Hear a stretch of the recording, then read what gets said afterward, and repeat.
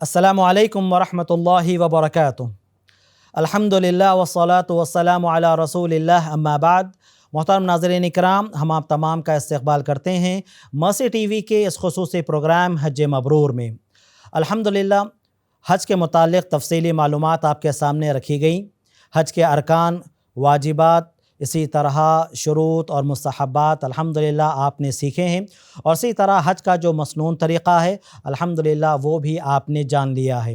پھر حج سے فارغ ہونے کے بعد مدینہ طیبہ جو حجاج آتے ہیں انہیں مدینہ طیبہ میں کس طرح اپنے دن گزارنے چاہیے، کیا کرنا چاہیے، کیا نہیں کرنا چاہیے، الحمدللہ وہ بھی کتاب و سنت کے روشنی میں آپ کے سامنے ہم نے معلومات رکھی ہیں۔ اب انشاءاللہ تعالی ہم قربانی کے چند احکام اور مسائل کو آپ کے سامنے رکھنا چاہتے ہیں تاکہ یہ پروگرام ہمارا مکمل ہو جائے، اور الحمدللہ ہمارے دینی رہنمائی کے لیے ہمارے ساتھ موجود ہیں فضیلت الشیخ ڈاکٹر سید حسین عمری مدنی حفظہ اللہ۔ آئیے سب سے پہلے ہم شیخ محترم کا استقبال کریں اور پھر اپنے اس عنوان کی طرف آگے بڑھیں۔ شیخ محترم ہم آپ کا استقبال کرتے ہیں۔ بارک اللہ فیکم۔ شیخ محترم بارک اللہ فیکم، سب سے پہلے ہم قربانی کا شرعی حکم جاننا چاہتے ہیں۔ جو لوگ قربانی کر رہے ہیں تو آخر شریعت میں اس کی فضیلت کیا ہے اور اس کا حکم کیا ہے؟ بسم اللہ، الحمدللہ والصلاۃ والسلام علی رسول اللہ۔ جیسے دیگر مسائل میں اختلاف ہوتا ہے علم کی روشنی میں، ویسے ہی اس مسئلے میں بھی اہل علم کے درمیان اختلاف ہے۔ کچھ اہل علم نے اس کو فرض اور واجب قرار دیا، اور کچھ اہل علم نے اس کو سنت مؤکدہ تاکیدی سنت بتایا۔ اور جن اہل علم نے اس عبادت کو سنت مؤکدہ بتایا وہ دلیل سے زیادہ قریب ترین موقف ہے۔ تاکیدی سنت اس اعتبار سے کہ اللہ کے نبی صلی اللہ علیہ وسلم مدینے میں 10 سال قربانی کا اہتمام کرتے رہے۔ سفر میں عبادتوں میں رخصت پائی جاتی ہے، روزے کی عبادت میں، نماز کی عبادت میں رخصت اور رعایت پائی جاتی ہے، لیکن اس کے باوجود اللہ کے نبی صلی اللہ علیہ وسلم نے سفر میں بھی قربانی کا اہتمام کیا، اور کبھی فرمایا کہ گنجائش کے باوجود کوئی قربانی نہ کرے تو وہ ہماری عیدگاہ سے قریب نہ آئے۔ کبھی فرمایا کہ ہر گھر والوں پر ہر سال اللہ تبارک و تعالیٰ کے لیے قربانی ضروری ہے، لازمی ہے۔ ان روایات کے پیش نظر اس کی اہمیت کا ہم کو اندازہ ہوتا ہے، اور کچھ اہل علم نے ان جیسی روایات کے پیش نظر اس عبادت کو فرض اور واجب بھی بتایا، لیکن یہ فرض اور واجب اس لیے نہیں کیونکہ خلفائے راشدین میں ابو بکر رضی اللہ عنہ اور عمر رضی اللہ عنہ اور دیگر صحابہ کرام اس ڈر سے قربانی نہیں کرتے تھے کہ لوگ کبھی اس کو واجب سمجھنے نہ لگیں، اور بعض صحابہ تو اپنی معاشی حالت بھی بتاتے کہ میں تم میں خوشحال ہوں، ایسرکم، میں تم میں فارغ البال ہوں، خوشحال ہوں، دولت مند ہوں، لیکن اس کے باوجود میں اس ڈر سے قربانی نہیں کر رہا ہوں کہ کہیں لوگ اس کو فرض اور واجب نہ سمجھ لیں۔ خلاصہ یہ نکلا کہ یقیناً یہ تاکیدی سنت ہے، اہمیت والی سنت ہے، لیکن اس معنی میں فرض اور واجب نہیں کہ اگر کوئی نہ کرے تو وہ گنہگار ہوگا، اللہ کے پاس جواب دہ ہوگا، اس معنی میں فرض اور واجب نہیں ہے، واللہ اعلم۔ جزاکم اللہ خیرا۔ شیخ محترم اس کے بعد ہم دوسرے سوال کی طرف آگے بڑھتے ہیں، اور وہ یہ ہے کہ کن جانوروں کی قربانی کرنا جائز ہے؟ بہیمۃ الانعام شریعت کی ایک زبان ہے جس میں اونٹ داخل ہے، نر اور مادہ، اور جن ملکوں میں بیل نر اور مادہ کی اجازت ہو وہ بھی داخل ہے، جن مقامات پر اور جن ممالک میں، اور جہاں اجازت نہیں تو وہاں پر بچنا چاہیے کیونکہ شریعت نے ایک سے زائد اختیار اس میں رکھا ہے۔ پھر اس کے بعد جو بکرا ہوتا ہے، بال والا بکرا جس کو ہم گوٹ کہیں گے، نر اور مادہ، معز کہا جاتا ہے عربی میں، اور اس کے بعد کپش یعنی جسے ہم شیپ کہتے ہیں، اون والا مینڈھا نر ہو یا مادہ، یہ جانور قربانی کے ہیں۔ ان کے علاوہ کوئی دوسرے جانور کی قربانی کرنا چاہے جیسے گھوڑا ہے یا کوئی اور جانور ہے جو شرعاً حلال ہو سکتا ہے، جائز ہو سکتا ہے، لیکن قربانی کے طور پر وہ کافی نہیں ہے۔ اور ان تمام جانوروں میں افضل یہ ہے کہ مینڈھے کی قربانی دی جائے۔ جی کچھ اہل علم نے کہا کہ جانور جتنا بڑا ہوگا، اونٹ، اس میں گوشت زیادہ ہوگا، مال زیادہ خرچ ہوگا، تو لوگوں کو فائدہ زیادہ ہوگا، زیادہ ثواب ملے گا۔ اور جمعے میں اول وقت میں آنے میں جو فضیلت ہے، جو سب سے پہلے آئے تو گویا اس نے اونٹ پیش کیا، پھر بعد میں جانوروں کی کمی ہوتی جاتی ہے۔ ان روایات کے پیش نظر کچھ لوگوں نے یہ افضل بتایا کہ بڑا جانور افضل ہے، لیکن سب سے افضل وہ جانور ہے جس جانور کو اللہ نے اپنے نبی کے لیے انتخاب کیا، یعنی مینڈھا۔ اس بات کا ہم کو خیال رکھنا چاہیے، واللہ اعلم۔ بارک اللہ فیکم۔ شیخ محترم، ان جانوروں کی عمر کے تعلق سے سوال ہے کہ ان کی کیا عمر ہونی چاہیے، اسی طرح دیگر جانوروں کی عمر کیا ہونی چاہیے؟ اونٹ کے لیے 5 سال مکمل ہونے چاہیے، اور جن ملکوں میں بیل کی اجازت ہے وہاں پر 2 سال کا اعتبار کرنا چاہیے، اور جو بال والا بکرا ہے اس کے لیے 1 سال مکمل ہونا ہے، اور جو اون والا مینڈھا ہے اس کے لیے 6 مہینے مکمل ہونے ہیں۔ یہ عمروں کی مقدار احادیث میں نہیں بتائی گئی، ایک پیمانہ بتا دیا گیا مسنہ، کہ دانت والا جانور ذبح کرے۔ اور کب کون سا جانور مسنہ ہوتا ہے، دانتا ہوتا ہے، اہل علم نے عمریں بتا کر ان کے درمیان فرق بیان کیا، کیونکہ سب لوگ دانتوں کو دیکھ کر تمیز نہیں کر سکتے ہیں، اسی لیے لوگوں کی سہولت کے پیش نظر عمریں بتائی گئی ہیں۔ جزاکم اللہ خیرا۔ شیخ محترم، جب ہم جانور خرید رہے ہیں قربانی کے لیے تو ہمیں کیا دیکھنا چاہیے اور کن عیبوں سے قربانی کا جانور پاک ہو؟ جس قدر جانور بہتر ہو، صحت مند ہو، اس قدر وہ اللہ کی راہ میں پیش کرنے کے قابل ہے۔ لیکن کچھ لوگ غلو کر دیتے ہیں، بہت قیمتی جانور لیتے ہیں اور بالکل منفرد جانور لینے کی کوشش کرتے ہیں، تو ایسا غلو نہیں کرنا چاہیے۔ بس دیکھیں کہ جانور صحت مند رہے، ایک آنکھ والا نہ ہو، بالکل لنگڑا نہ ہو، بالکل بیمار نہ ہو، بے انتہا کمزور لاغر نہ ہو۔ ان عیبوں سے اگر پاک ہے تو انشاءاللہ وہ قربانی کے لائق ہے۔ سینگ ٹوٹی ہو، ہلکا سا لنگڑا پن ہو، کچھ کمزور ہو، یا عام طور پر رسی باندھ کر لاتے ہیں، گاڑی میں منتقل کرتے ہیں تو کہیں کچھ زخم آ جاتا ہے، تو انشاءاللہ کوئی حرج کی بات نہیں، قربانی کے اعتبار سے وہ کافی ہے۔ جزاکم اللہ خیرم۔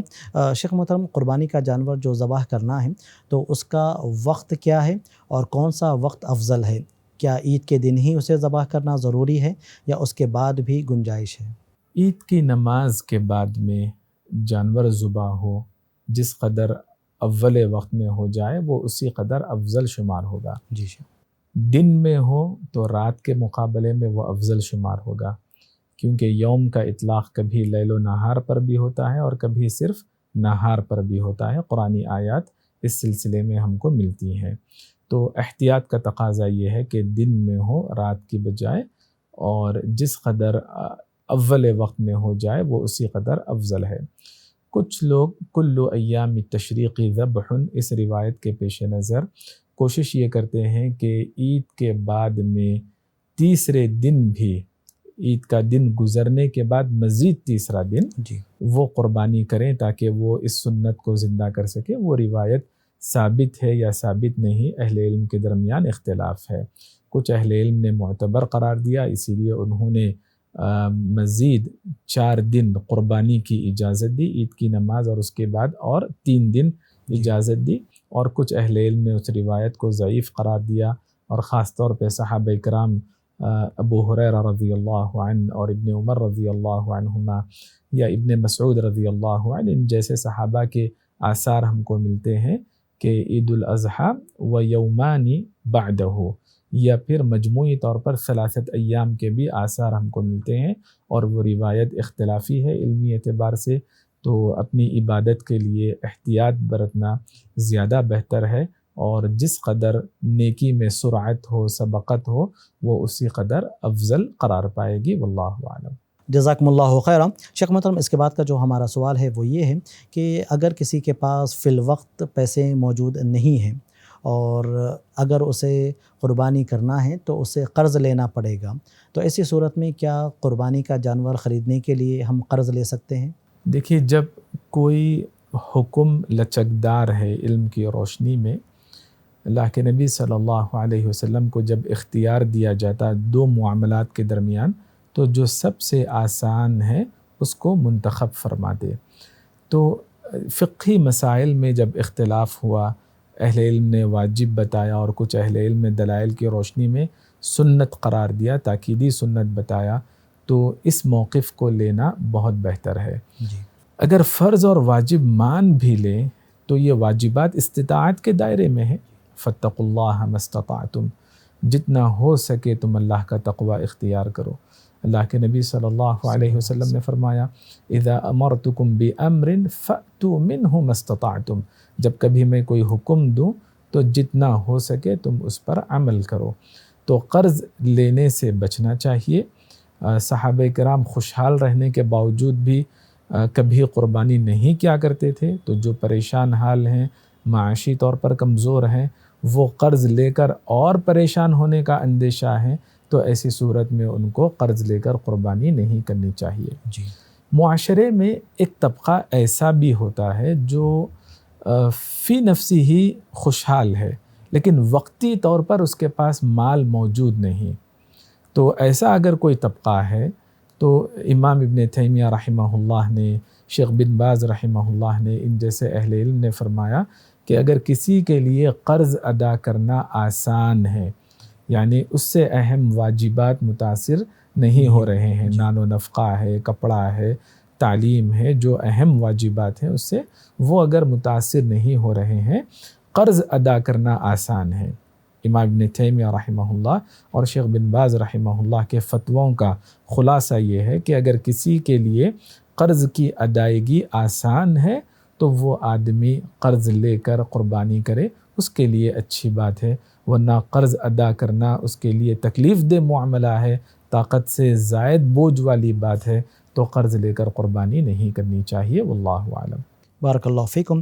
شیخ محترم، ایک فیملی کے جانب سے اگر ایک قربانی دے دی جائے تو کیا وہ کافی ہوگی؟ اور اسی طرح جو حضرات اپنی جانب سے بھی قربانی دینا چاہ رہے ہیں، اسی طرح اپنی بیوی کی جانب سے قربانی دینا چاہ رہے ہیں، اور بعض لوگ تو ماشاءاللہ اپنے بچوں کی جانب سے بھی قربانی دیتے ہیں، تو انہیں ہم کیا کہیں؟ ایک جانور یعنی ایک بکری یا ایک مینڈھا ایک گھر کی جانب سے کافی ہو جائے گا، اور یہ افضل بھی عمل ہے۔ جی، صحابہ کرام نے نکیر کی، ان افراد پر نکیر کی جو ایک سے زائد جانور ایک گھر کی جانب سے قربانی دیتے ہیں، جی، تو حکم کے اعتبار سے کافی ہی نہیں بلکہ افضل عمل، یہ عبادت ہے، عبادت کو عبادت کے انداز سے ادا کریں۔ کچھ لوگ یہ سمجھتے ہیں کہ فقراء کی مدد ہو جائے گی، گوشت پہنچ جائے گا، آپ گوشت سے زیادہ رقم دے دیں، وہ رقم کے ذریعے اپنی دوائی لے سکتے ہیں، گھر کا کرایہ ادا کر سکتے ہیں، اسکول کی فی باندھ سکتے ہیں، کوئی بھی مصرف بنا سکتے ہیں۔ مسکین کو اس کی ضرورت پوری کرنے کے لیے قربانی کے گوشت یا صدقے کے گوشت سے زیادہ اس کے لیے رقم ہوتی ہے، تو اس سے بچنا چاہیے۔ صحابہ کرام نے نکیر کی ہے۔ حکم کے اعتبار سے کچھ اہل علم نے اجازت دی کہ آدمی اپنی جانب سے ذبح کرے، اپنی اہلیہ، اپنے بچوں کی جانب سے، تو انشاءاللہ کفایت کر جائے گا، کافی ہو جائے گا شرعی حکم کے اعتبار سے۔ اہل علم کے فتووں کے پیش نظر بات یہ ہے کہ کامل سنت کیا ہے، افضل عمل کیا ہے، صحابہ کرام نے کس طریقے کو فروغ دیا اور کس پر نکیر کی، تو اگر ہم اس پس منظر میں دیکھیں گے تو ایک گھر کی جانب سے یا میاں بیوی بچوں کی جانب سے ایک جانور ذبح ہونا، ایک بکرا، ایک مینڈا ذبح ہونا، یہ افضل اور مسنون طریقہ ہے۔ واللہ اعلم۔ بارک اللہ فیکم۔ خاص طور سے بیوی کی جانب سے اگر خواہش یہ آئے کہ پچھلی مرتبہ آپ نے اپنی جانب سے جو ہے جانور کو ذبح کیا تھا، اس بار ہمارے نام سے جانور ذبح کیجئے، تو جب مرد آدمی اپنی جانب سے اور اپنے اہل بیت کی جانب سے ذبح کرے گا تو اس میں بیوی بھی آ جائے گی، بچے بھی آ جائیں گے، باحیات رشتہ دار بھی آ جائیں گے، فوت شدہ رشتہ دار بھی آ جائیں گے۔ سبحان اللہ، حدیث کے جو الفاظ ہیں وہ عام ہیں، تو اس میں وسعت رکھی گئی ہے، نام بنام لینا، قربانی کرنا، اس کی کوئی شرعی حیثیت نہیں ہے، خاص طور پر ایک ہی جانور میں جب بکرا ذبح کیا جائے۔ بڑا جانور ہو، اونٹ ہو، یا جن ملکوں میں بیل کی وغیرہ اجازت ہو، تو وہاں پر جب 7 حصے کریں گے تو ہر حصے پر حصے دار کا نام لینا ہوگا ذبح کرنے سے پہلے۔ واللہ اعلم۔ بارک اللہ فیکم۔ شیخ محترم، اگلا جو ہمارا سوال ہے وہ بڑا اہم ہے، اور وہ یہ ہے کہ بہت سارے معاشرے میں ایسے لوگ پائے جاتے ہیں جو تھوڑا سا لبرل قسم کے ہیں، اپنے آپ کو اس طرح بتاتے ہیں کہ وہ ہیومینٹی کو سرو کرنے والے ہیں، تو ان کا یہ کہنا ہے کہ اتنے جانور قربان کرنے کے بجائے اگر یہی قیمت ہم صدقہ دے دیں یا اسی طرح اچھے کاموں میں اگر ہم لگا دیتے ہیں تو یہ اس سے زیادہ بہتر ہوگا، اس کا فائدہ اس سے زیادہ ہونے والا ہے، تو ایسی صورت میں انہیں ہم شرعی طور پر کیا کہیں گے؟ بسم اللہ، الحمدللہ والصلاة والسلام علی رسول اللہ۔ یقیناً انسانیت کی خدمت کرنی چاہیے، انسانیت سے محبت کا جذبہ رہنا چاہیے۔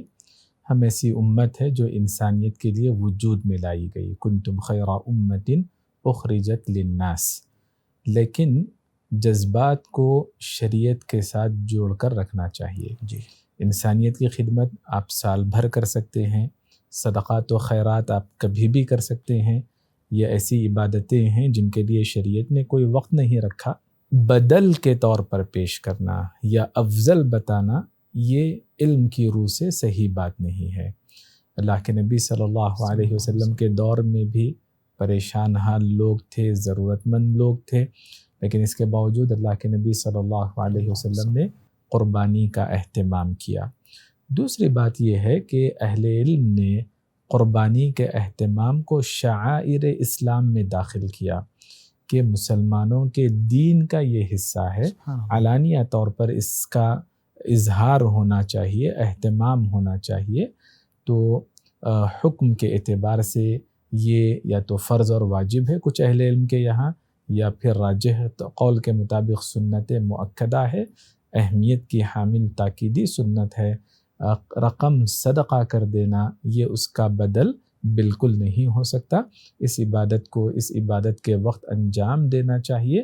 انسانیت کی خدمت ہمیشہ کی جا سکتی ہے، اور ہمیشہ صدقات و خیرات دائمی طور پر کیے جا سکتے ہیں۔ واللہ اعلم۔ بارک اللہ فیکم۔ اور اسی طرح شیخ، جب ہم قربانی کرتے ہیں تو اس کے بہت سارے فائدے الحمدللہ تمام لوگوں کو ملتے ہی ہیں، جیسے فارمرز ہو تو الحمدللہ ان کا بھی یہ فائدہ ہوتا ہے، اور اسی طرح جب ہم قربانی کر رہے ہیں تو گوشت الحمدللہ غرباء اور مساکین میں بھی دینے کا ہمیں حکم دیا گیا ہے۔ بالکل، اس سے تجارت کو بھی فروغ ملتا ہے، بین مذہبی تعلقات اچھے ہوتے ہیں، کیونکہ جانور فراہم کرنے والے دوسرے مذہب سے تعلق رکھنے والے لوگ ہیں، اور اہل علم نے اجازت دی کہ قربانی کا گوشت برادران وطن کو، جو غیر مسلم برادران وطن ہوتے ہیں، ان کو بھی دیا جا سکتا ہے تالیف قلب کے طور پر۔ واللہ اعلم۔ جزاکم اللہ خیرہ۔ شیخ محترم، اس کے بعد جو ہمارا سوال ہے وہ یہ ہے کہ جو لوگ قربانی کرنے سے محروم ہو گئے یا جن کے پاس استطاعت نہیں تھی قربانی کرنے کی، تو وہ قربانی کا اجر و ثواب کیسے حاصل کر سکتے ہیں؟ اس سلسلے میں محدثین نے باب بھی باندھا، اور حدیث کے بھی الفاظ ہیں کہ جو آدمی قربانی نہ کر سکے تو ان کے لیے کچھ ہدایات دی گئی ہیں۔ تأخذ من شعرک، کہ آدمی بال کاٹے، حلق کرنا، سر منڈوانا ضروری نہیں ہے، من شعرک، آپ کچھ بال کاٹ سکتے ہیں، کم کر سکتے ہیں، اور وتقلم اظفارک، ناخن بھی آپ تراش لیں، یعنی 10 ذی الحج کو نماز سے فارغ ہونے کے بعد میں۔ اور حدیث میں مزید الفاظ یہ ملتے ہیں وتقص من شاربک، کہ آپ اپنی مونچھیں بھی کم کر لیں، اور وتحلق عانتک، اپنی شرمگاہ کے اطراف زیر ناف جو بال ہوتے ہیں وہ نکال دیں۔ فتلک تمام اضحیتک عند اللہ، تو آپ کو مکمل قربانی کرنے کا اللہ کے یہاں اجر ملے گا۔ اس حدیث کی سند میں ایک راوی ہے عیسیٰ بن ہلال الصدفی۔ اس راوی کی وجہ سے کچھ اہل علم نے اس پر کلام کیا، لیکن اس مضمون کی مفہوم کی جتنی روایتیں ملتی ہیں ان کے پیش نظر بہت سارے محدثین نے متقدمین نے اس حدیث کو صحیح قرار دیا ہے۔ امام ذہبی نے، امام ابن حجر نے، اس سے پہلے امام ابن حبان نے، امام حاکم نے، امام عبدالحق الاشبیلی نے، بہت سارے محدثین نے صحیح قرار دیا۔ کچھ اہل علم نے حسن قرار دیا، کچھ اہل علم نے جید قرار دیا، کچھ اہل علم نے اس حدیث کے روات کی توثیق کی۔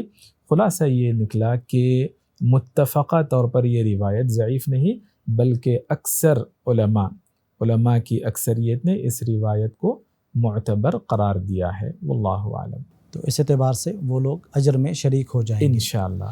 تو ان کے لیے کیا یہ حکم ہوگا کہ جیسے ہی ذی الحجہ کا چاند نظر آئے تو وہ بال اور ناخن نہ کاٹیں؟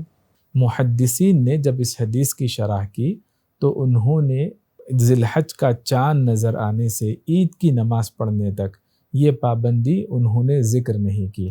اس پابندی کے بغیر صرف ان کے پاس گنجائش نہیں تھی تو وہ اس پابندی کے بغیر اپنی نماز پڑھیں گے اور نماز کے بعد میں یہ کام انجام دیں گے تو انشاءاللہ ان کو اجر مل جائے گا۔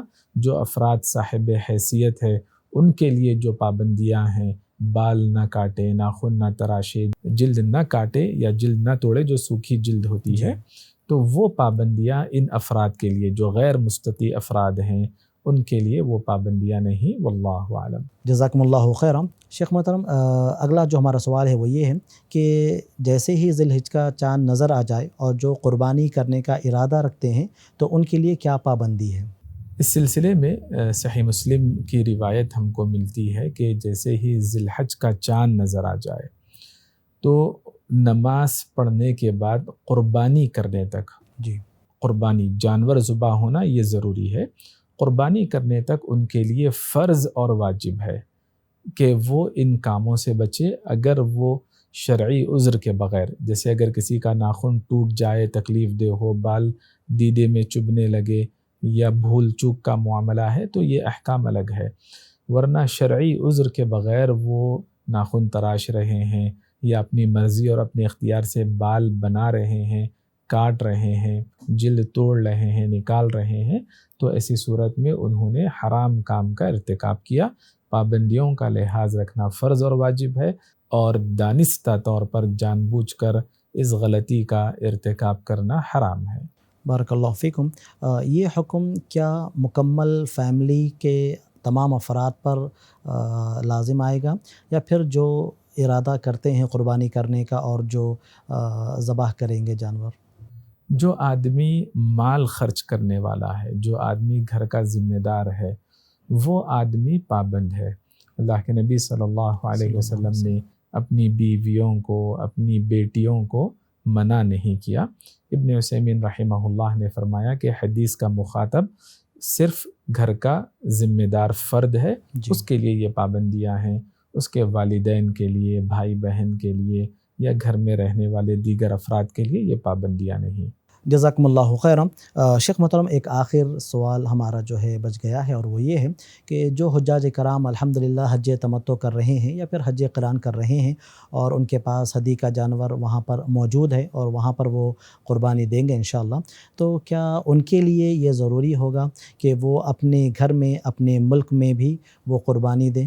اس سلسلے میں ہم کو شرعی حکم کے اعتبار سے یہ پتہ چلتا ہے کہ جب وہ فی نفسی ہی تاکیدی سنت ہے تو فرض اور واجب ہونے کا، لازم ہونے کا کوئی تصور نہیں، حجاج کے لیے ہو یا غیر حجاج کے لیے ہو۔ لیکن خاص طور پر حجاج کے بارے میں عمر رضی اللہ عنہ کا طریقہ ہم کو یہ ملتا ہے کہ وہ حج کرتے اور قربانی نہیں کرتے، کان یحج ولا یضحی۔ اور امام ابن تیمیہ رحمۃ اللہ علیہ، امام ابن قیم رحمہ اللہ اور ابن عثیمین رحمہ اللہ، دیگر اہل علم نے یہ بات بتائی کہ حجاج کے لیے ہدی ہے، ان کے لیے اپنے مقام پر قربانی نہیں۔ شیخ بن باز رحمہ اللہ نے گنجائش رکھی کہ اگر کوئی کرنا چاہے تو اس کے لیے اجازت ہے لیکن منع نہیں ہے۔ علماء کی اکثریت نے یہ بات بتائی کہ حجاج صرف ہدی پر اکتفا کر لیں، یہ ان کے لیے افضل ہے۔ اگر کوئی کرنا چاہ رہا ہے تو شیخ بن باز رحمہ اللہ نے اس کے لیے اجازت دی ہے۔ اور حجاج سفر کی حالت میں رہتے ہیں اور سفر کی حالت میں ان کے لیے عید کی نماز وغیرہ نہیں، جیسے غیر حجاج کے لیے جی عید کی نماز ہے، قربانی ہے، تو یہ احکام دونوں کے لیے جدا گانا الگ الگ ہیں۔ واللہ اعلم۔ جزاکم اللہ خیرہ۔ محترم ناظرین کرام، یہاں پر ہمارے ایپیسوڈ الحمدللہ اور ہماری یہ حج سیریز مکمل ہو رہی ہے۔ ہم آخر میں اللہ تعالیٰ سے دعا کرتے ہیں کہ اللہ رب العالمین شیخ محترم کے علم میں اور عمر میں برکت عطا فرمائیں، آپ سے تا دم حیات دین کی خدمات لیتا رہے۔ محترم ناظرین، الحمدللہ ہم آپ تمام کا بھی شکریہ ادا کرتے ہیں کہ آپ شروع ہی سے الحمدللہ ہمارے ساتھ جڑے رہے اور حج کی تمام تفصیلات الحمدللہ آپ نے جانی اور آپ نے سیکھی، اور الحمدللہ قربانی کے جو احکام و مسائل تھے آپ نے وہ بھی سیکھے۔ ہم اللہ تعالیٰ سے دعا کرتے ہیں کہ اللہ رب العالمین آپ کے اس جذبے کو قبول فرمائے اور ہم تمام کو اور تمام عالم اسلام کو عید کی سچی خوشیاں نصیب فرمائے، آمین۔ وآخر دعوانا ان الحمد للہ رب العالمین وصلی اللہ علی نبینا محمد۔